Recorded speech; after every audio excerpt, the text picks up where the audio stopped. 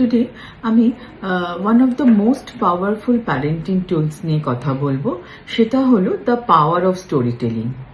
দেখুন, স্টোরি শুধুমাত্র এন্টারটেনমেন্ট নয়, স্টোরি একটা চাইল্ডসের emotions, imaginations and communications build করার একটা স্ট্রংগেস্ট টুল। আর বেড টাইম স্টোরিটা তো চাইল্ডস আর প্যারেন্টসের একটা magical moments.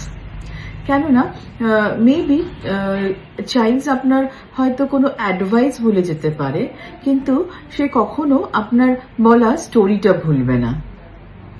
Screen entertain children, but story build children, because story touch our hearts before they touch our mind.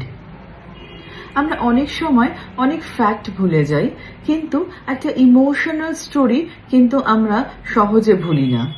কেননা স্টোরি ইন্সপায়ার্ড আস, motivate আস এবং সামটাইমস চেঞ্জ আওয়ার লাইফ। আজকে আমি শুধুমাত্রই প্যারেন্টসদের নয়, আমি টিচার্সদেরকেও বলবো যে যখন আপনি ক্লাসে লেকচার দেবেন কোনো পার্টিকুলার লেসন বা চ্যাপ্টারের ওপরে, যদি আপনারা সেই সময় ম্যাটারটাকে বা কনসেপ্টটাকে একটা স্টোরির মতো করে ন্যারেট করেন, তাহলে দেখবেন মোস্ট অফ দ্য স্টুডেন্টসই অ্যাটেন্টিভ থাকছে এবং তারা আপনার ওই কন্টেন্টের সাথে ইমোশনালি কানেক্ট হচ্ছে। Because storytelling is just not a speaking, it is create emotions with words.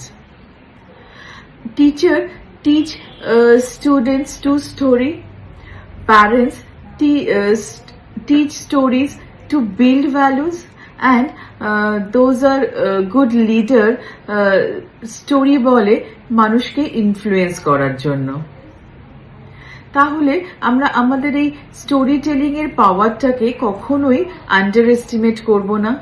And বিশেষ করে যারা ছোট বাচ্চা রয়েছে এবং তাদের ইয়াং প্যারেন্টসদের আমি বলবো যে স্টোরি টেলিংটা আপনার কাছে একটা one of the most important tools, যেটা আপনারা everyday regular at the bed time practice করতে পারেন এবং সেখানে আপনি একটা মিরাকল চেঞ্জেস আপনার বাচ্চার মধ্যে পেয়ে পাবেন আফটার সার্টেন টাইম। কেননা story telling at bed time শুধুমাত্রই গল্প নয়, it becomes a memory and emotions and sometimes a life lesson forever.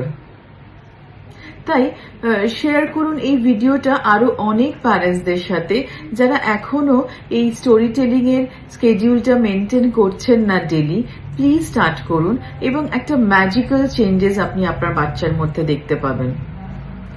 আমার কমেন্ট সেকশনে অবশ্যই লিখে জানাবেন যে after use this type of parenting tools আপনি কি ডিফারেন্স দেখতে পাচ্ছেন আপনার বাচ্চার মধ্যে। ভালো থাকুন, সুস্থ